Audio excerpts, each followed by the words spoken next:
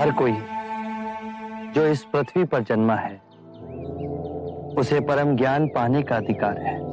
पहला पग उसे उठाना है। मैं तैयार हूं। तुम अपना शीश कटवा सकते हो? मैं अपना शीश देने को तैयार हूं। शीश देने की बात केवल एक प्रतीक है। शीश देने को वही तैयार होता है जो अपने अहंकार का शीश काट अपने गुरु के चरणों में रख सके।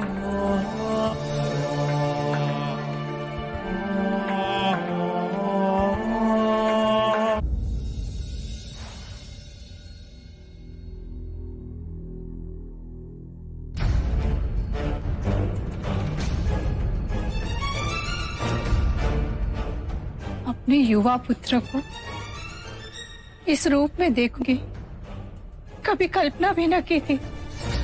उसे मृतक देख सकती थी आप। आत्महत्या करने जा रहा था आपका पुत्र।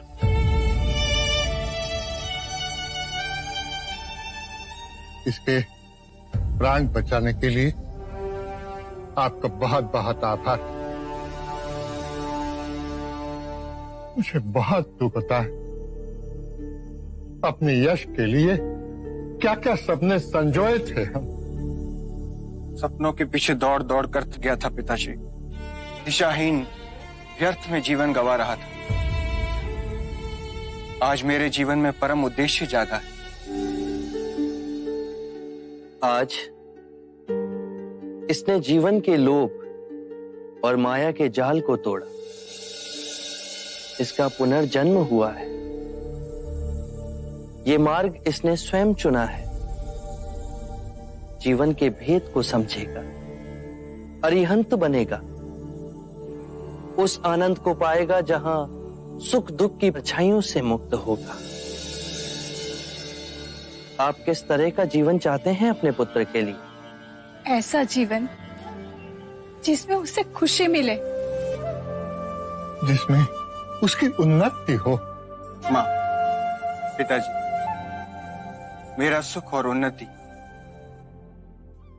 अब केवल इन कमल चरणों में है।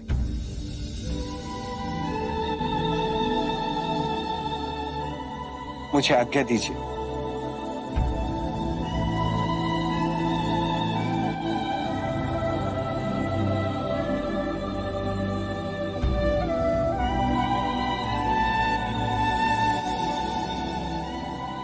रचित, ये मेरे पिछले जन्म का ही पाप होगा। आपका पुण्य क्यों नहीं? इतनी सदियों से हम अपने पाप दूसरों पर दोषारोपित करते गए। इसमें ग्रंथ और पंडित सहायक बने। हमने यज्ञ करवाए, बलियां दिलवाई। मैं कहता हूं बस, तुम स्वयं ही पाप का कारण हो और तुम स्वयं ही मुक्ति का द्वार बन सकते हो। महानुभव, आपका अनुयायी बनने के लिए क्या करना होगा? सदैव अपना आचरण स्वच्छ रखें।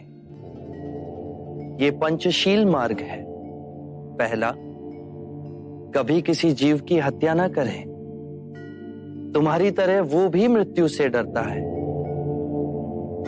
जीव हत्या त्याग तुम्हारे अंदर करुणा और सामंजस्य का भाव जगेगा। दूसरा, कभी चोरी ना करें। इससे विपरीत किसी निर्बल का बल बने। तीसरा, व्यभिचार ना करें। केवल अपनी पत्नी से ही संबंध रखें। चौथा, कभी असत्य ना बोलें। ऐसे वचन ना बोलें जो सत्य को तोड़ते मरोड़ते हों। पांचवा, किसी भी नशीले पदार्थ का सेवन ना करें। मेरा मार्ग सरल है पर कठिन है।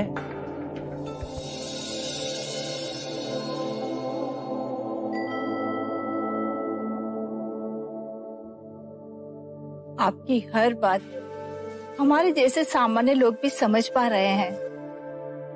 क्या मैं और मेरे पति आपके भिक्षु बन सकते हैं?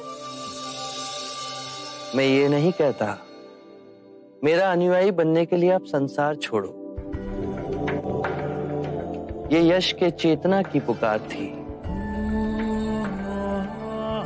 आप जीवन के नित्य कर्म में रहकर भी मेरे अनुयायी बन सकते हैं। आरंभ हो गई निर्वाण प्रथा, सुनो सुनो ये बुद्ध कथा। 4 आर्यक सत्य है। 1, जब तक सृष्टि रहेगी दुख मनुष्य के साथ छाया की तरह चलेगा। 2, इस दुख का कारण है वस्तु से स्वयं को पकड़ के रखना। जो वस्तु क्षणभंगुर है तो मार्ग क्या हो। 3, मुक्ति के लिए विवेक जगाना आवश्यक है। स्वयं को केंद्रित रखो। जो आए चाहे दुख की सूचना या आनंद की परछाई, उसके बीच स्वयं को स्थिर रखो। 4, इस मार्ग पर दुख के बंधन टूटेंगे और परम सत्य की उपलब्धि होगी।